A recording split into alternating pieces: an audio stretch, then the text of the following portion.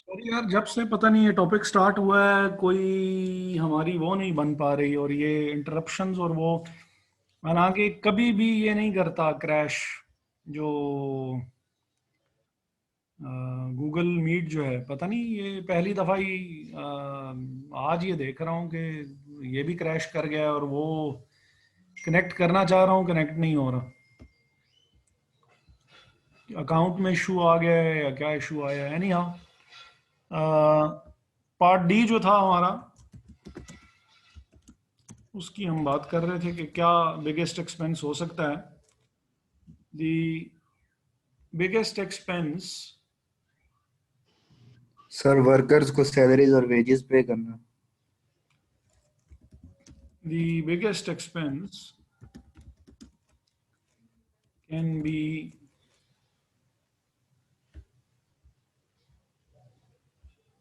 be fuel cost or the depreciation cost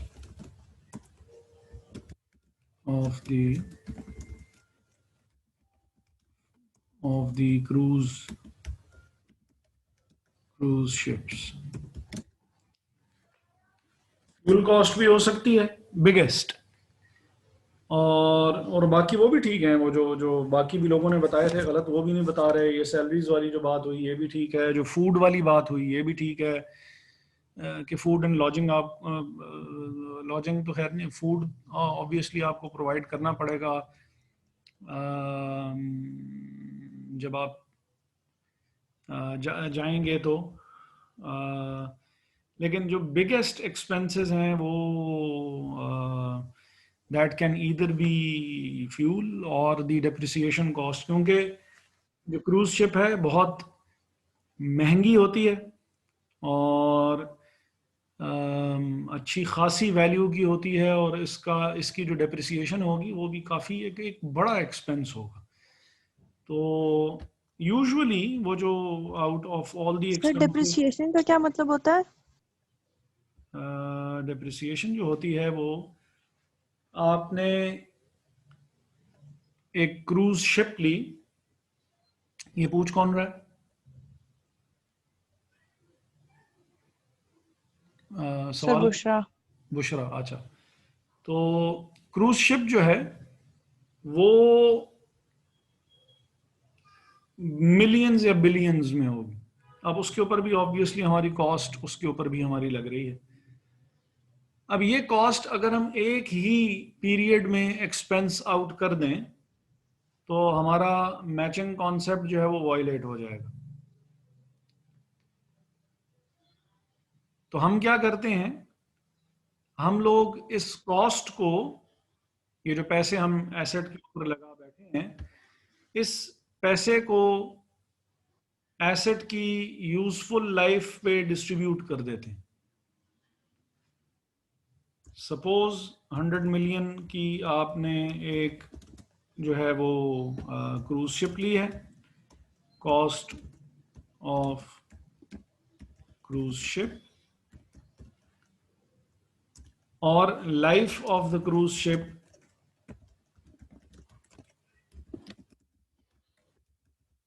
was 10 years। इसका मतलब है कि अगर हमने 100 मिलियन को पहले साल में ही एक्सपेंस के तौर पे चार्ज कर दिया, तो हमारा जो मैचिंग कॉन्सेप्ट है जो कि कहता है कि जिस साल का रेवेन्यू है उसमें से उसी साल का एक्सपेंस जो है वो माइनस होना चाहिए। तो क्रूज शिप 10 साल तक आपको बेनिफिट प्रोवाइड करती रहेगी, जबकि उसका एक्सपेंस आप एक ही साल में अगर चार्ज कर रहे हैं तो रेवेन्यू 10 सालों तक आ रहा है, एक्सपेंस खाली एक ही साल का है जो कि आप रिकॉर्ड कर रहे हैं।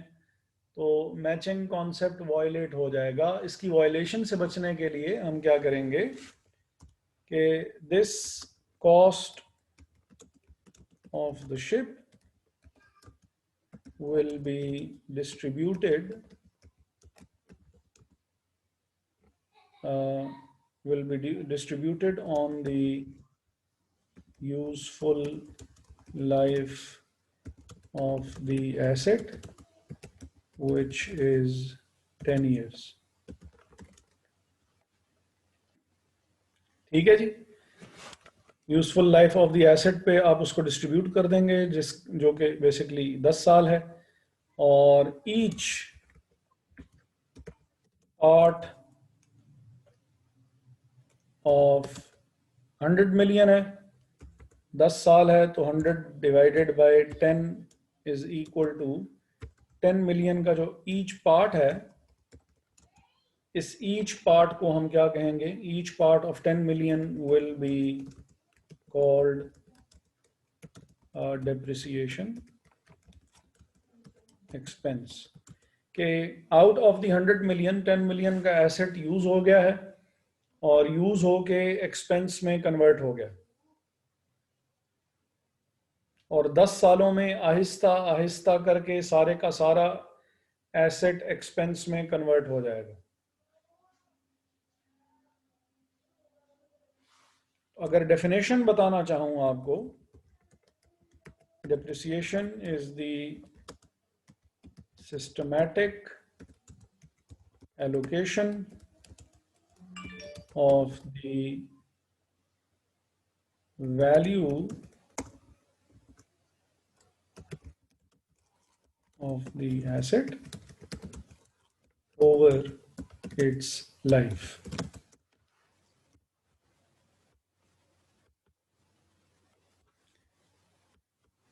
थोड़ी सी इसमें लैंग्वेज चेंज है, वो जब हम ये लैंग्वेज आपके लिए आसान की है कि depreciation is the systematic allocation of the value of the asset over it's life.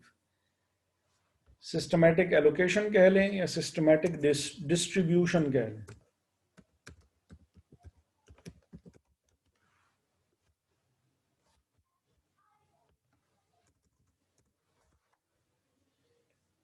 Ji Bushra, yes sir. ये क्लियर है या यस सर। कॉम्प्लिकेट और ज्यादा हो गया? सर एक्चुअली इससे पहले थोड़ी सॉरी टू से समझ आ रही थी, लेकिन ये जो भी आपने डेफिनेशन लिखी है तो मैं डामाडोल हो गई हूँ। मतलब देखें, systematic allocation of value of the assets over it's life. आपने मतलब जो वैल्यू ऑफ द एसेट है, जैसे हमने क्या किया कि हमने उसको 10 पार्ट्स में डिवाइड कर दिया, तो हमने क्या किया कि 10 इक्वल पार्ट्स में डिवाइड किया, और हर पार्ट को हम क्या कह रहे हैं कि डेप्रिसिएशन। तो ये ठीक है। फिलहाल तक तो हमने 10 इक्वल में किया है, लेकिन हर दफा ऐसा नहीं होगा कि इक्वल पार्ट में डिस्ट्रीब्यूट हो रहा होगा। तो जब नहीं हो रहा होगा तो क्या सिस्टमैटिक तरीका होगा कि हम उसको, इस 100 मिलियन को पार्ट्स में डिवाइड करने का कोई ना कोई मेथड होगा, कोई ना कोई फॉर्मूला होगा, कोई टेक्निक होगी जिससे हम इस 100 मिलियन को डिवाइड करेंगे। उस टेक्निक को सिस्टमैटिक मैं कह रहा हूँ डिस्ट्रीब्यूशन। फिलहाल हमने इक्वली कर दी। ओके सर, सिस्टमैटिक एलोकेशन, ठीक है, समझ आ गया मुझे। मजीद बहुत ही आसान अल्फाज में, लेकिन ये जरा थोड़ी सी टेक्निकली गलत बात है जो मैं करने वाला हूँ। Depreciation is the gradual decrease in the value of the asset. पहले 100 का था, 100 में से 10 निकल गए तो 90 का रह गया, फिर 90 में से यस 10 और कम हुए तो 80 का, तो ग्रेजुअली वैल्यू डिक्रीज होती जा रही है। तो लेकिन उसको ये, हम डेप्रिसिएशन। हाँ, उसको हम डेप्रिसिएशन कहेंगे, लेकिन टेक्निकली ये बात गलत है। ओके लेकिन सर, समझने के लिए समझ बहरहाल ये बात समझी जा सकती है कि डेप्रिसिएशन बेसिकली है क्या। डेप्रिसिएशन जो है वो वैल्यू ऑफ द एसेट को लाइफ पे डिस्ट्रीब्यूट कर देने का नाम। क्लियर है? Yes sir. और ये एक्सपेंस होता है। एक्सपेंस होता, यस सर, एक्सपेंस ही होगा ये।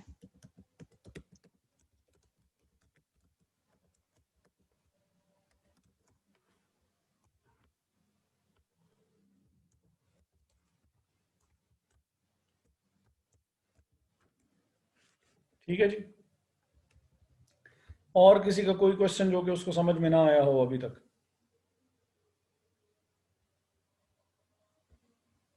अच्छा, ये एक्सरसाइज 4-5 है।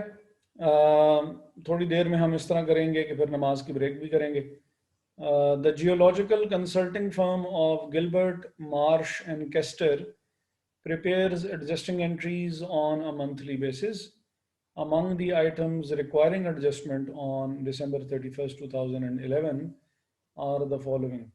The company has outstanding uh, a 50,000 9% 2-year note payable issued on July 1, 2010. Payment of 50,000 note plus all the accrued interest for the 2-year loan period is due in full on June 30th, 2012. अब हुआ यूं है कि आपको उधार चाहिए था, तो आपने उस उधार के लिए आपने एक लिया नोट पेएबल, एक डॉक्यूमेंट इशू किया जिसको नोट पेएबल कहते हैं, और उस नोट पेएबल के ऊपर जो इंटरेस्ट आपने पे करना है पूरे 1 साल में वो है 9%, और जो उधार लिया हुआ है उस ओरिजिनल उधार की अमाउंट जो है वो 50,000 है। 2010 में आपने ये इशू किया था, उधार लिया था, और 2012 में 2 साल गुजरने के बाद अब आपने उस बंदे को अमाउंट भी पे करनी है और सारे का सारा 2 सालों का इंटरेस्ट भी उसको इकट्ठा ही पे करना है।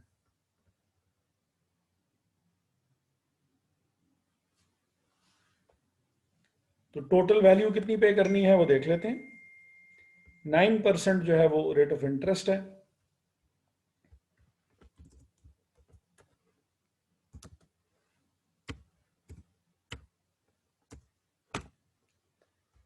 अमाउंट ऑफ नोट पेएबल वो है 50,000। रेट ऑफ इंटरेस्ट जो है वो है 9%, और पीरियड जो है वो है 2 years। तो इंटरेस्ट, अमाउंट ऑफ इंटरेस्ट कितनी हो जाएगी? अमाउंट ऑफ इंटरेस्ट हो जाएगी हमारे पास 50,000 मल्टीप्लाइड बाय 9%, जो कि बन जाती है 4,500।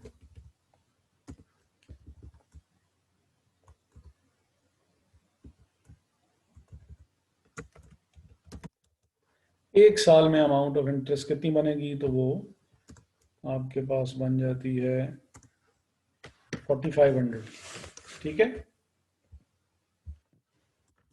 Amount of interest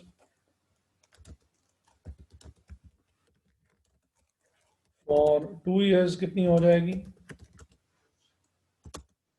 4,500 multiplied by 2, तो ये हो गई 9,000। अच्छा, अब 9,000 भी और 50,000 भी, ये सारे के सारे आपने उसको इकट्ठे ही पे करने हैं।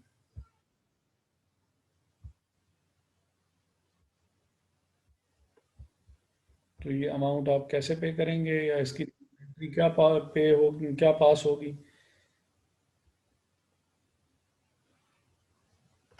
एक तो आपके ऊपर लायबिलिटी थी कि आपने लोन की अमाउंट पे करनी थी, तो 9% नोट पेबल जब आपने पे कर दिया तो अब वो आपकी लायबिलिटी नहीं रहा। तो 9% नोट पेबल जो है वो अमाउंट हो गई, 9% नोट पेबल की अमाउंट होगी 50,000, आपने पे कर दिया, अभी आपकी लायबिलिटी नहीं रही, डेबिट हो जाएगा।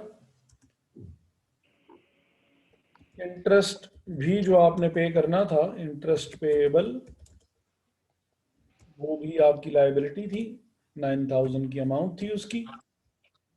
जब आपने ये भी पे कर दिया तो ये भी अब आपकी लायबिलिटी नहीं रहा, ये भी डेबिट हो जाएगा। और क्योंकि आपने पे कर दिया है तो कैश 59,000 से क्रेडिट हो जाएगा। किसको ये बात समझ में नहीं आई? सर ये 9% नोट पेबल दोबारा बता दें कि ये डेबिट कैसे हुआ। देखें, जो नोट पेएबल है ना, लफ्ज ही शो कर रहा है कि क्योंकि ये पेएबल है, और पेएबल्स जो होती हैं वो हमारी लायबिलिटीज होती हैं। ठीक है, पेएबल जो भी हो तो वो हमारी लायबिलिटी होती है। जब हमने उधार लिया हुआ था तो अब ऑब्वियसली वापस भी करना है। तो जब हमने उसको उधार वापस कर दिया, जैसे इन्होंने यहाँ पे बताया हुआ है कि payment of 50,000 note plus all of the accrued interest for 2 years loan period is due in fall। हम अच्छा नहीं, अभी हमने पे नहीं किया है यार। हाँ, नहीं नहीं नहीं नहीं, पे कर दिया ना, पेमेंट ऑफ इतना है। तो हमने नोट की अमाउंट भी पे कर दी, नोट पेएबल भी पे कर दिया। 50,000 नोट से मुराद ये है कि नोट पेएबल, तो नोट पेएबल की जो अमाउंट थी वो भी आपने पे कर दी, plus all of the accrued interest, जो 2 साल का एक्रूड इंटरेस्ट था वो भी पे कर दिया आपने। तो जब इंटरेस्ट भी पे कर दिया और पेएबल जो नोट पेएबल की अमाउंट थी वो भी आपने पे कर दी, तो लायबिलिटी आपकी ख़त्म हुई। लायबिलिटी ख़त्म हुई तो डिक्रीज इन लायबिलिटी जो है वो डेबिट की जाती है। क्लियर है? Yes sir. और जब भी इंटरेस्ट की परसेंटेज इस तरह बताई भी हो तो वो हम जो भी हमारी लायबिलिटी होती है इस किस्म की, तो हम उससे पहले इसको सफिक्स के तौर प्रीफिक्स के तौर पे जो है वो हम लिखते होते हैं। प्रीफिक्स वो चीज़ होती है जो कि किसी चीज़ से पहले आती होती है। 9% नोट पेबल लिखेंगे, मतलब ये होगा कि नोट पेबल से ये पता लग रहा होगा कि हमने उधार लिया हुआ है, और 9% से ये पता लग रहा होगा कि इस नोट पेबल के ऊपर 9% का इंटरेस्ट हमें पे करना पड़ेगा एनुअली। ठीक है? Yes sir. अच्छा। The firm is providing consulting services to Texas Oil Company at an agreed upon rate of 1,000 per day. At December 31st, 10 days of unbilled consulting services have been provided.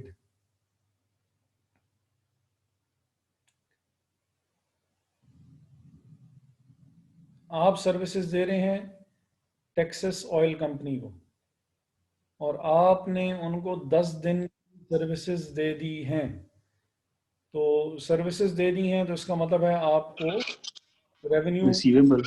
हाँ, पैसे मिल जाने चाहिए, लेकिन वो फिलहाल क्योंकि उसने पैसे नहीं दिए हुए, पैसे वो हमें दे देगा बाद में, तो हम इसको फिलहाल रिसीवेबल के तौर पे रिकॉर्ड कर लेंगे कि ये जो हैं ये हमारे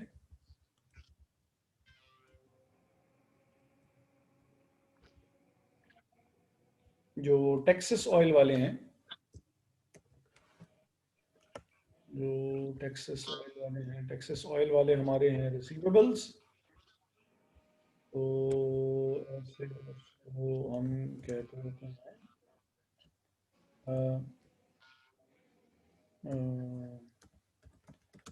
टेक्सास ऑयल, ये बेसिकली रिसीवेबल के तौर पे रिकॉर्ड हो रहा है, और रिसीवेबल्स जो हैं वो हमारे क्या होते हैं, एसेट्स होते हैं। एसेट।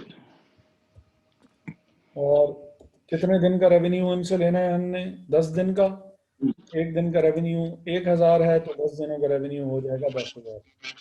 और एसेट है, एसेट जब इंक्रीज करता है तो हम उसको डेबिट कर देते हैं। और क्रेडिट क्या होगा? क्रेडिट होगा कंसल्टिंग रेवेन्यू।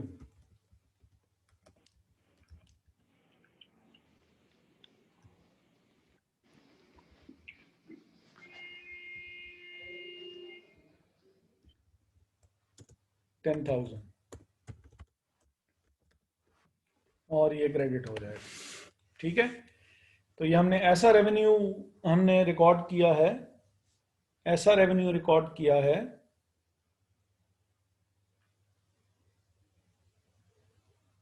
जो कि अभी हमें रिसीव नहीं हुआ।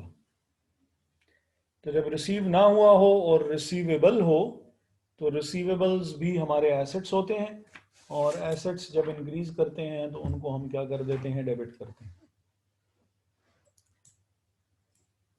ठीक है।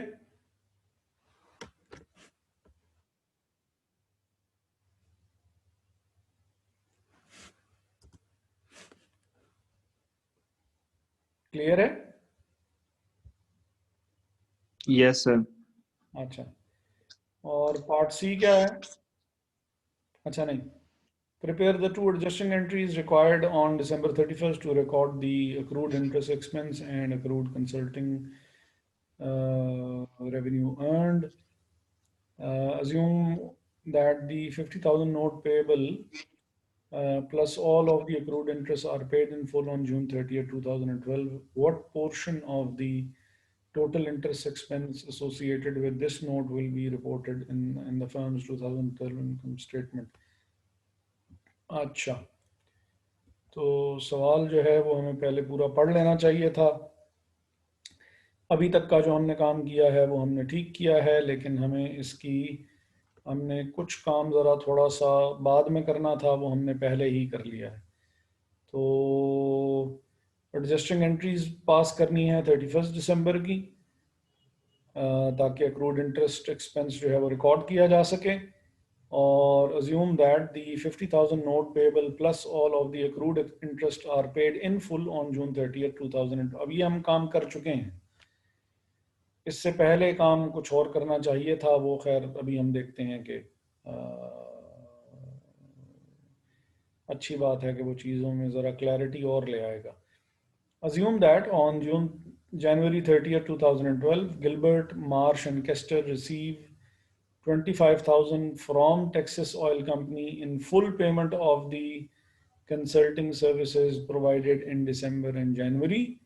What portion of this amount constitute revenue earned in January?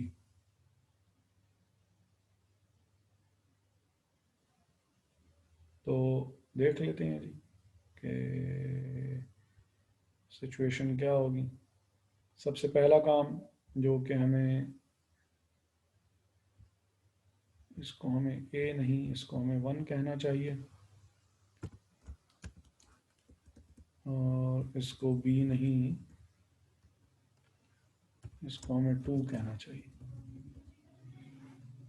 अब ए में क्या हो रहा है?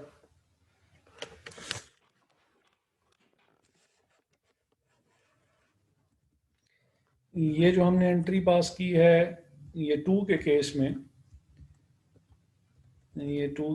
में, ये एंट्री ही हमारी एडजस्टिंग एंट्री है।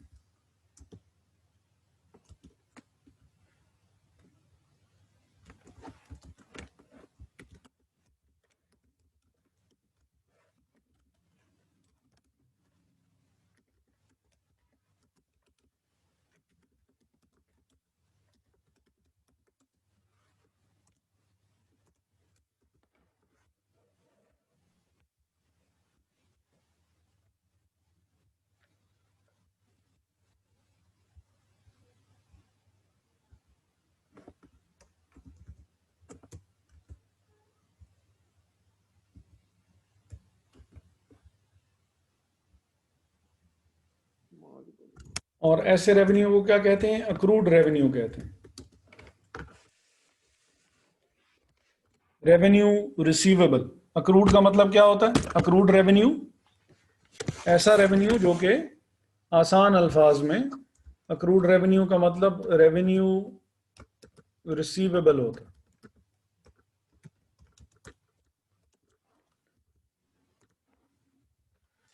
और अक्रूड एक्सपेंस ऐसा एक्सपेंस जो कि अभी पेएबल है, अभी हमने पे किया नहीं है।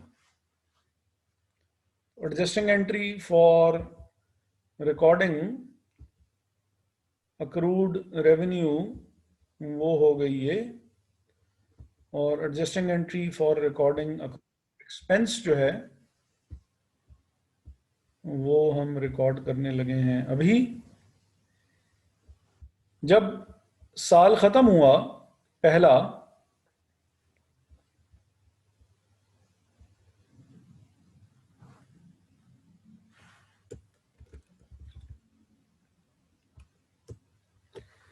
जब पहला साल ख़त्म हुआ और आपके ऊपर 1 साल का इंटरेस्ट पड़ गया, तो उस वक्त एडजस्टिंग एंट्री क्या पास करेंगे आप? इंटरेस्ट एक्सपेंस को आपने किया record,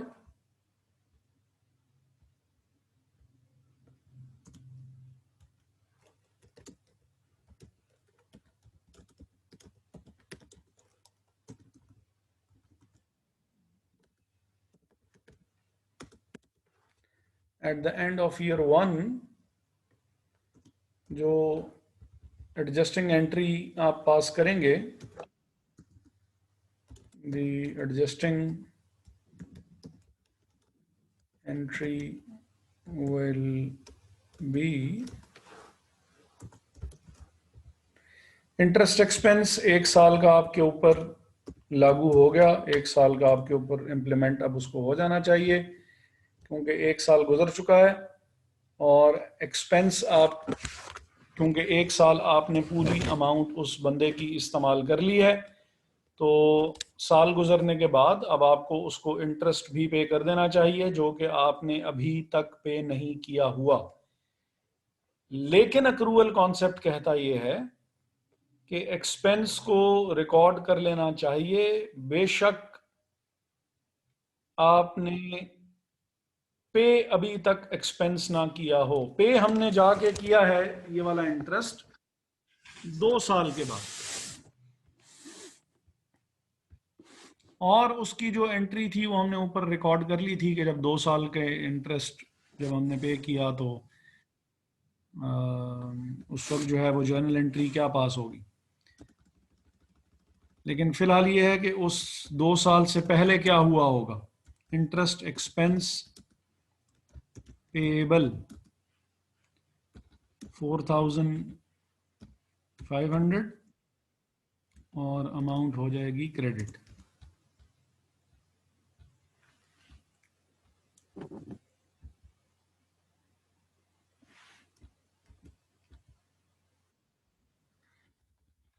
at the end of year 2 आप फिर यही वाली एडजस्टिंग एंट्री पास करेंगे कि 1 साल का एक्सपेंस आपने पहले रिकॉर्ड कर लिया था, 1 साल गुजरने के बाद आपने फिर एक्सपेंस रिकॉर्ड कर लिया,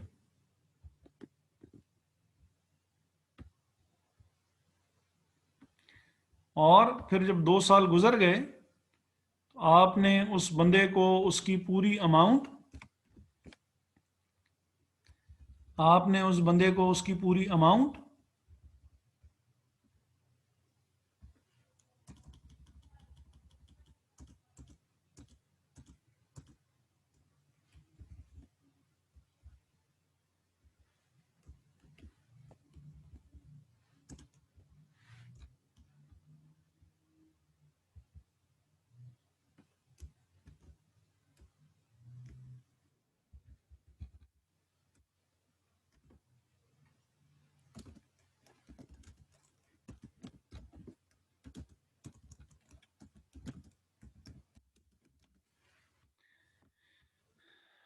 एक दफ़ा फिर से मैं सारी सिचुएशन जो है वो मैं दोहरा रहा हूँ, ताकि आपको बात जो है वो ज़्यादा इजीली और बेहतर जो है वो तौर पे समझ में आ सके।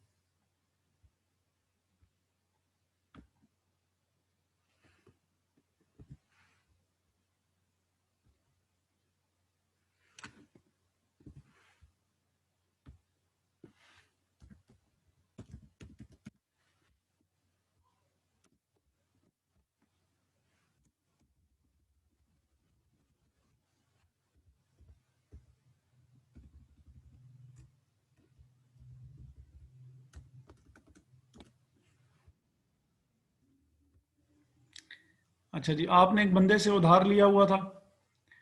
उधार की अमाउंट जो थी, उधार की अमाउंट थी 50,000। उस 50,000 के ऊपर 9% जो है वो इंटरेस्ट पे करना था। 2 साल बाद ये सारा काम आपने करना है, लेकिन ऑब्वियसली 2 साल तक ये हम तो नहीं करेंगे कि हम किसी चीज़ को रिकॉर्ड ही ना करें। तो 2 साल तक हमने रिकॉर्डिंग साथ साथ करनी है। हाँ, पेमेंट जो होगी वो हमने 2 साल के एंड पे जाके इकट्ठी ही सारी की सारी अदा कर देनी है। तो पहला साल जब खत्म हुआ तो 1 साल का इंटरेस्ट आपके ऊपर पेएबल हो गया, और 1 साल की अमाउंट जो है वो कैसे आएगी, 50,000 के लोन को 9% से मल्टीप्लाई करेंगे तो 4,500 की अमाउंट आ गई 1 साल की। तो आपने at the end of year 1 आपने जर्नल एंट्री जो आपने पास की वो इंटरेस्ट एक्सपेंस को आपने कर दिया डेबिट, और ये क्योंकि अभी तक आपने पे नहीं किया हुआ बल्कि ये आपने पे बाद में करना है, तो आपने इंटरेस्ट एक्सपेंस पेएबल की जर्नल एंट्री आपने पास पेएबल को क्रेडिट कर दिया कि यार ये मैं अभी पे नहीं कर रहा, ये तो मैंने 2 साल के बाद जाके पे करना है। लेकिन रिकॉर्ड मैं इसको अभी कर रहा हूं क्योंकि ऑब्वियसली मेरे ऊपर जो यानी 1 साल का इंटरेस्ट पेएबल तो मेरे ऊपर हो गया है, तो मुझे रिकॉर्ड जरूर कर लेना चाहिए क्योंकि मैं accrual basis of accounting follow कर रहा हूं। पे मैं 2 साल के बाद ही करूंगा। दूसरा साल भी जब एंड हुआ तो आपने फिर रिकॉर्ड किया कि यार 1 और साल का इंटरेस्ट मेरे ऊपर पेएबल हो गया है, पे मैंने अभी तक नहीं किया है लेकिन ये पे मुझे करना बनता है। तो टोटल इंटरेस्ट पेएबल जो आपके ऊपर हो गया है वो 4,500 जो कि पहले साल के आखिर में था, और 4,500 जो कि दूसरे साल के आखिर में। तो टोटल अमाउंट जो आपके ऊपर पेएबल हो गई है वो अमाउंट पेएबल हो गई है 9,000 रुपए, टोटल अमाउंट पेएबल। जब आपने ये पे कर दी तो लायबिलिटी डिक्रीज हुई, लायबिलिटी डेबिट हो जाएगी। आपने नोट पेएबल भी पे कर दिया, उधार चुका दिया, ये वाली लायबिलिटी भी डिक्रीज हुई और अमाउंट इसकी भी डेबिट हो गई। और क्योंकि आपने पैसे दिए हैं तो कैश एसेट डिक्रीज हो रहा है, तो कैश एसेट क्या हो जाएगा, क्रेडिट हो जाएगा। ये वाला सारा काम अभी फिलहाल उसने मांगा हुआ, इस वाली एडजस्टिंग एंट्री वाले पार्ट में उसने मांगा हुआ नहीं है। ये सिर्फ आपको वो जो ऊपर हम काम कर आए हैं जो कि अभी थोड़ी देर में हम फिर रिपीट करने वाले हैं, उधर ये चीज़ हमें फिर बतानी पड़ेगी। फिलहाल ये 2 एडजस्टिंग एंट्रीज आपने पास करके बतानी है, 4,500 वाली, 4,500 वाली। और फिलहाल उसने ये वाली एडजस्टिंग एंट्री मांगी हुई थी कि अगर आप किसी को रेवेन्यू जो है वो आपने कमा तो लिया हो लेकिन अभी तक आपने वसूल ना किया हो, पैसे उसके ना मिले हों, तो उसको रिकॉर्ड कैसे करते होते हैं। तो हम रेवेन्यू को रिकॉर्ड कर लिया करते हैं, अक्रूवल बेसिस ऑफ अकाउंटिंग है, रेवेन्यू रिकॉर्ड हो जाना चाहिए। हाँ, क्योंकि वो उसके हमने पैसे अभी तक अदा नहीं किए हैं, तो सॉरी पैसे अभी तक हमें नहीं मिले हैं, तो इस वजह से हम कैश को डेबिट नहीं कर सकते क्योंकि पैसा नहीं मिला। तो हम उस बंदे का नाम लिख देंगे जिस बंदे से हमने पैसा वसूल करना है, जो कि हमारा रिसीवेबल होगा। क्लियर है जी?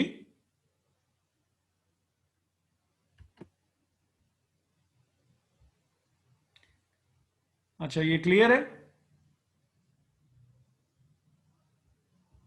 Yes sir.